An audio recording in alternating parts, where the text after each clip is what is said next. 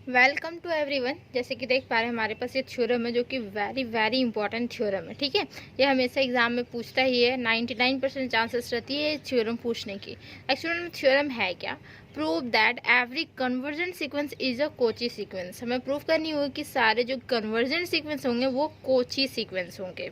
ठीक है, तो देखिए एक्चुअली में कन्वर्जेंट सीक्वेंस क्या है, कोची सीक्वेंस क्या है, वो सारा कुछ हम बता चुके हैं। ठीक है, 2 लेक्चर हो चुका है इस पे, लेक्चर 1 और लेक्चर 2। तो उसमें हम सारा कुछ जितने भी डिफिनेशंस हैं, क्या कौन कौन क्या क्या होता है, सारा कुछ हम बता चुके हैं। अगर आप लोग वो 2 लेक्चर नहीं देखे तो प्लीज़ उसको 2 लेक्चर को पहले देख के आइए, फिर यहाँ पे 3rd लेक्चर में आपको बहुत अच्छे से समझ में आएगा। ज़्यादा नहीं है, 10-10 मिनट का तो लेक्चर ही है, तो आप लोग देख सकते हैं इजीली। और वहाँ से मीन्स डिफिनेशन जो होती है, डिफिनेशन सारा लिखवाए ना, तो एग्जाम में डिफिनेशन भी आती है। ठीक है, तो वहाँ से भी आपके लिए बेनिफिशियल हो जाएगा और यहाँ से तो होगा ही, क्योंकि ये थ्योरम है। ठीक है, तो एक्चुअल में देखिए कन्वर्जेंट सीक्वेंस क्या होती है कि ए एन, देखिए सीक्वेंस एक्चुअली में दिस वन। ठीक है, ए एन हमारा सीक्वेंस है। अगर ये कन्वर्जेंट सीक्वेंस है मीन्स क्या होता है कि इसमें लिमिटिंग हम डाल देते हैं एन टेंस टू इन्फिनिटी, किस पे, ए एन पे। तो हमारा क्या होना चाहिए, कोई finite number, this is L होना चाहिए। ठीक है, कोई फाइनाइट नंबर हमारा आएगा, तो this is called convergent sequence. Okay, और इसमें बोला है कि जितने भी कन्वर्जेंट सीक्वेंस होंगे मीन्स दिस वन, जितने भी कन्वर्जेंट सीक्वेंस होंगे क्या होंगे, कोची सीक्वेंस होंगे। कोची सीक्वेंस के लिए क्या हमें प्रूव करना पड़ता था कि देखिए हमारा यहाँ होता था ए एम और एन की फॉर्मेशन में होती थी। ठीक है, तो यहाँ पे क्या होता था, A M minus A N का अगर मोड करता है ये लेस देन अपसाइलन हो जाती है, देन हम बोल पाएंगे क्या। और यहाँ पे फॉर ऑल क्या होता है, एन और एम जो होती है वो ग्रेटर देन इक्वल टू किससे होती है, तो हमारा एक यहाँ पे डेल वाला टर्म्स आता है ना, डेल वाला कल लिखाए थे। ठीक है, इससे पहले लेक्चर में। तो अगर हम ये प्रूफ कर देते हैं this is called Kochi sequence, ये हमारा कोची सीक्वेंस हो जाएगा। और ये हमारा जो है ये कन्वर्जेंट सीक्वेंस है, इस फॉर्मेशन में दिया हुआ है, हमें प्रूफ करनी है ये फॉर्मेशन भी सेटिस्फाई करता है। तो ये फॉर्मेशन जब सेटिस्फाई कर रहा है तो ये हमारा एन के लिए सेटिस्फाई कर रहा है। ठीक है, तो फिर हमारा एम के लिए भी सेटिस्फाई करेगा। ठीक है, इस तरीके से सेटिस्फाई करेगा ना, और हम ये दिखा देंगे, देन दिस इज कॉल्ड क्या हो जाएगा कि every convergent sequence is a Kochi sequence. तो चलिए प्रॉपर तरीके से इसको प्रूफ करते हैं, ये 10 मार्क्स में क्वेश्चन आती है। ठीक है, तो चलिए इसको प्रॉपर तरीके से प्रूफ करते हैं। और रही बात मेरे चैनल पर नए हैं तो प्लीज़ चैनल को सब्सक्राइब कर लीजिए, वीडियो अच्छा लगता है वीडियो को लाइक कीजिए एंड फ्रेंड्स में शेयर भी कर दीजिए। ओके, सिर्फ आप ही मत देखिए, फ्रेंड्स में शेयर भी कीजिए। प्रूफ क्या है, सबसे पहले मानते हैं क्या कि कोई एक हमारा कन्वर्जेंट सीक्वेंस है, let A N this one, ठीक है, बी कन्वर्जेंट सीक्वेंस।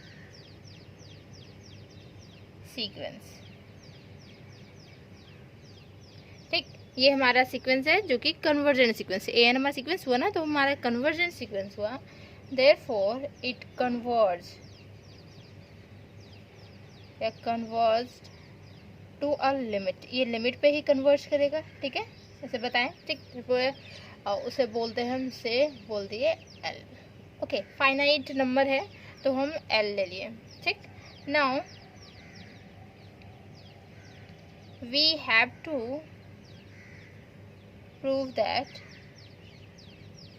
हमें क्या प्रूफ करनी है, प्रूफ करनी है दैट दिस सीक्वेंस जो है, मतलब ये जो ए एन सीक्वेंस है, दैट द सीक्वेंस, कौन सा sequence, this is A N sequence is क्या है, इज अ कोची सीक्वेंस।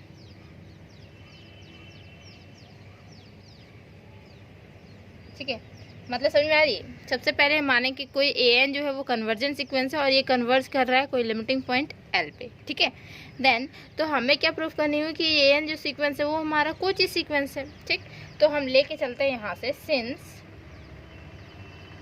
क्या है कि हमारा the sequence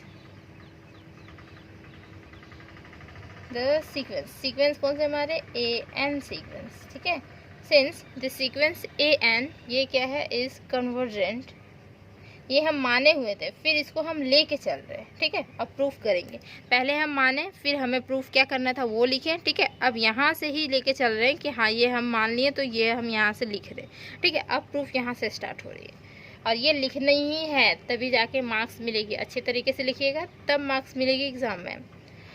since the sequence A N is convergent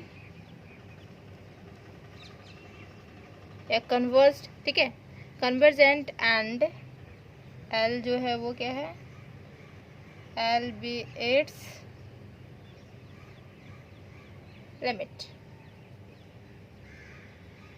तो मतलब क्या हुआ, देयरफॉर बोल सकते हैं limit n tends to infinity, यही टर्म्स ना, इसका मतलब यही होता है a N this is equal to L, जो कि बताएं कि कन्वर्जेंट सीक्वेंस होती है तो इस तरीके से लिखते हैं, कन्वर्जेंट होती है, ठीक, दिस वन। तो अब इस तरीके से जब हो जाती है, ठीक है, तो इसमें भी क्या होता है, हम इसके लिए कल लिखाए हुए थे कि फॉर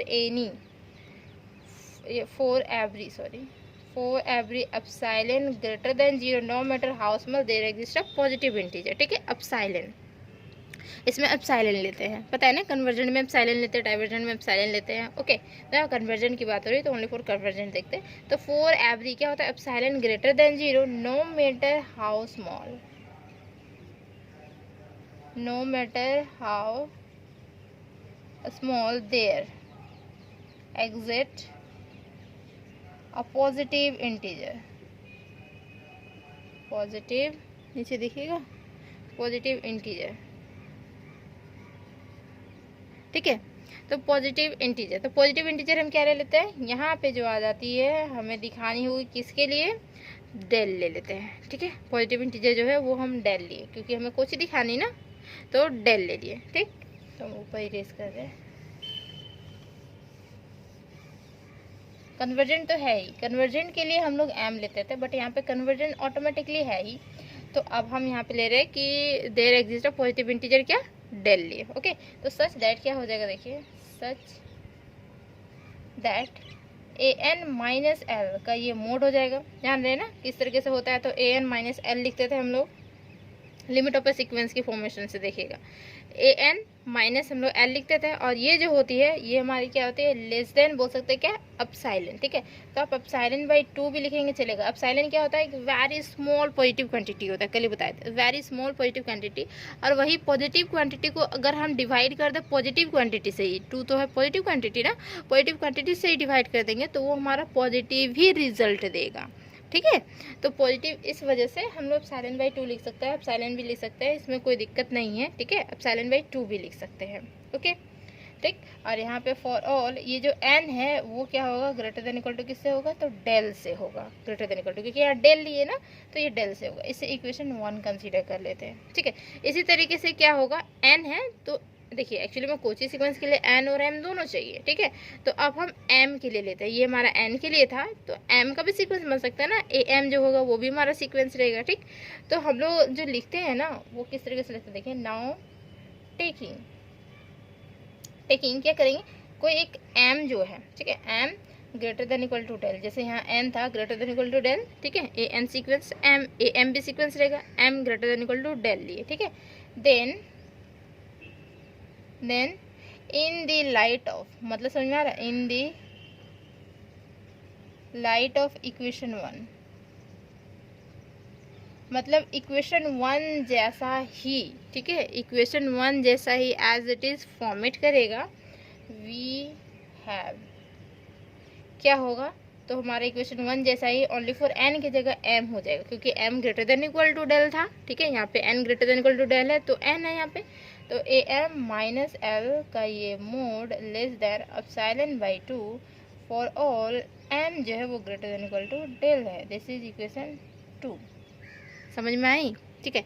इतना ना लिख के directly in the light of equation 1 लिख लेते हैं, मतलब इक्वेशन 1 जैसा ही, एग्जाम में भी लिखेंगे चलेगा आराम से, 100% मार्क्स मिलेगी, ठीक है। In the light of equation 1 जैसा ही, देन ये हमारा इक्वेशन 2 बन जाएगा, ओनली फॉर n की जगह पे m चेंज कर दिया और कुछ भी चेंजेस नहीं हुआ है, ठीक है। तो इक्वेशन 1 एंड इक्वेशन 2 हो गया। नाउ अब देखिए इससे क्या होगा कि जो हमें प्रूफ करनी है ना कोची सीक्वेंस, वहाँ लेके चलते हैं कि हमें जो कोची सीक्वेंस प्रूफ करनी रहती है वो किस तरीके से, A M minus A N होता है, उसका मोड होता है ना। तो अब लिखेंगे यहाँ पे नाउ क्या है कि A M minus A N और इसका क्या मोड, ठीक है, और ये लेस देन एप्सिलॉन होना चाहिए। लेस देन एप्सिलॉन कैसे होगा, तो हम ये लेके चल रहे हैं, ठीक। दिस इज इक्वल टू, इसमें क्या लिख सकते हैं, ए एम है, ठीक है, हम माइनस एल और प्लस एल अपने से दे सकते हैं क्या, बताइए, दे सकते हैं ना खुद से, क्योंकि दोनों तो फिर कैंसिल आउट हो जाएगा ना, ये दोनों कैंसिल आउट मतलब a M minus A n ही है। देखिए यही वाला टर्म्स है, ये टर्म्स को इस तरीके से लिख सकते हैं, हम खुद से बिठा दिए माइनस एल और प्लस एल, कैंसिल आउट, देखिए A M minus A N वही बचा। ठीक, नाउ अब ये जो टर्म्स है एक्चुअल में जो एडिशन में होती है ये टर्म्स, ठीक है, इस तरीके से ए प्लस बी बोल सकते हैं दिस वन। ठीक है, मतलब मान लेते हैं कि ये एक टर्म है और ये एक टर्म है, इस तरीके से मान ले रहे हैं। ठीक है, बीच में ये हमारा एडिशन है। तो ये जो रिजल्ट एक्चुअल में देती है ना, ये जो रिजल्ट देती है मोड में अगर रहती है, ठीक है, इसको साइड में लिखिए, यहाँ पे हम लिख दे रहे हैं साइड में, तो ईजी होगा बाद में आप लोग को, दिस वन। ठीक है, इस तरीके से रहती है, मतलब दो एलिमेंट रहेगा, बीच में हमारा एडिशन होगा। जैसे यहाँ एडिशन है, ये एक एलिमेंट मान लेते हैं, ये एक एलिमेंट मान लेते हैं। ठीक है, और ये हमारा मोड में है। तो ये जो रिजल्ट देती है ये होती है लेस देन इक्वल टू क्या, ए का मोड प्लस बी का मोड, इस तरीके से होती है, लेस देन इक्वल टू का होता है। ठीक, तो यहाँ पे देख पा रहे बीच में एडिशन, मतलब ये जो रिजल्ट देगी ये हमारा लेस देन इक्वल टू, आप यहाँ लिख सकते हैं या यहाँ नीचे भी लिखेंगे चलेगा। ठीक है, क्या हो जाएगा कि ए एम माइनस एल का ये मोड, बीच में एडिशन है। ठीक है, और यहाँ पे क्या होगा एल माइनस ए एन का ये मोड है। ठीक, क्लियर, कोई प्रॉब्लम है? नहीं ना, प्रॉब्लम है। ठीक है, तो ये फॉर्मेशन होती है, ये एक फॉर्मूला होती है। ठीक है, इसको आगे चल के सेमेस्टर 6 में भी यूज़ करनी है, सेमेस्टर 5 में भी यूज़ करनी है, बहुत जगह पे यूजेस होगा, तो ये समझनी होगी। ओके, ये एक फॉर्मूला होती है। देन देखिए अब क्या करनी है हमें, देखिए एक्चुअली में इक्वेशन 1 से देख पा रहे हैं क्या कि, सॉरी इक्वेशन 1 नहीं, इक्वेशन 2 से देख पा रहे हैं ए एम माइनस एल है, उसका जो वैल्यू क्या है वो हमारा लेस देन एप्सिलॉन बाई 2 है, तो ए एम माइनस एल। ठीक, तो ये जो है एप्सिलॉन बाई 2 से छोटा है, तो यहाँ पे क्या कर सकते हैं, यहाँ पे एप्सिलॉन बाई 2 वैल्यू यहाँ रख सकते हैं, ए एम माइनस एल है वो हमारा लेस देन हो जाएगा किससे, एप्सिलॉन बाई 2। समझ में आ रहा है?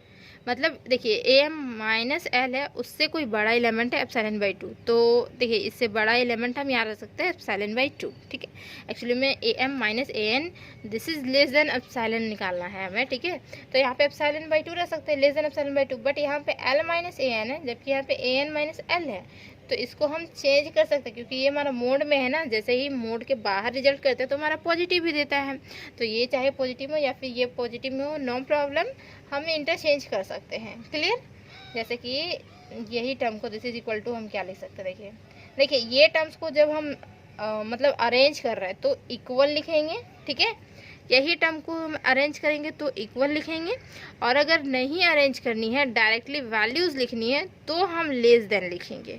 ठीक है, समझ में आ रही है? ठीक, ये सब छोटे छोटे तरीके पता होना चाहिए, ये हम अरेंज कर रहे हैं। ठीक, तो यहाँ पे हो जाएगा ए एम माइनस एल, ये एज इट इज से रहेगा, प्लस यहाँ पे हम इसको अरेंज करेंगे ना, माइनस मान लेते हैं कि माइनस हम बाहर कर ले रहे हैं। ठीक है, माइनस बाहर करेंगे तो क्या हो जाएगा, मोड के बाहर करेंगे माइनस। ठीक, तो ये हमारा पॉजिटिव, ये नेगेटिव हो जाएगा, मीन्स ए एन हो जाएगा माइनस एल हो जाएगा, और ये हमारा मोड हो जाएगा। और माइनस जो बाहर किए हैं तो मोड के बाहर जो माइनस आती है मतलब नेगेटिव तो होगी नहीं, वो तो पॉजिटिव टर्म में कन्वर्ट हो जाएगी, तो हमारा पॉजिटिव टर्म कन्वर्ट हो गई।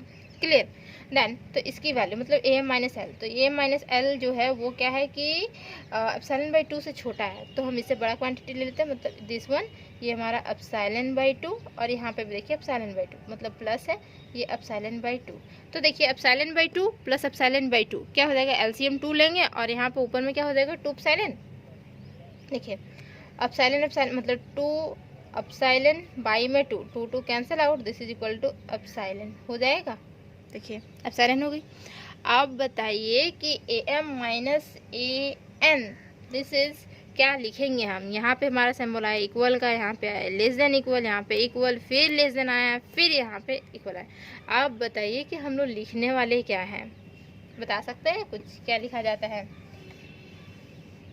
इनइक्वालिटीज अगर पढ़े होंगे आप लोग तो पता चला हो कि सिंबल्स में हम किसे प्रायोरिटीज़ देते हैं। ठीक है, अगर इक्वल रहा, लेस देन रहा, लेस देन इक्वल रहा, ठीक है, तो ये तीनों में वैल्यू सबसे पहले इसको प्रायोरिटीज देते हैं। ये टर्म्स अगर नहीं रहता फिर हम इसे देते हैं, फिर हम इक्वल का सिंबल को प्रायोरिटीज देते हैं लास्ट में। ठीक है, तो ये हमारा हो जाता है। ग्रेटर देन में भी इस तरीके से होती है, तो प्रायोरिटी फर्स्ट इसे मिलेगी, फिर सेकंड मिलेगी, फिर इस लास्ट को थर्ड में लास्ट पे उसको मिलेगी। ठीक है, तो मतलब क्या है कि यहाँ पे लेस देन देख रहे हैं, तो यहाँ पे दिख रहा है ना कि प्रायोरिटीज हमारी यहाँ लेस देन आएगी, तो इसे मिलेगी सबसे पहले। ठीक है, जो सिंगल रहेगा उसे मिलेगी, देन उसके बाद उसके साथ इक्वल रहता है तो मिलेगी, और इक्वल को सबसे लास्ट में मिलेगी। ठीक है, तो चलिए इसको देखते हैं, लिखते हैं आगे।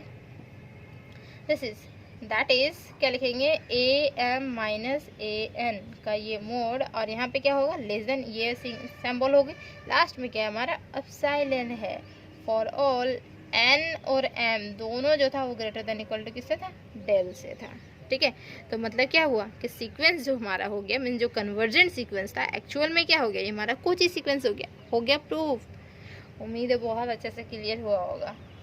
द सीक्वेंस ए एन ये जो था इज अ कोची सीक्वेंस,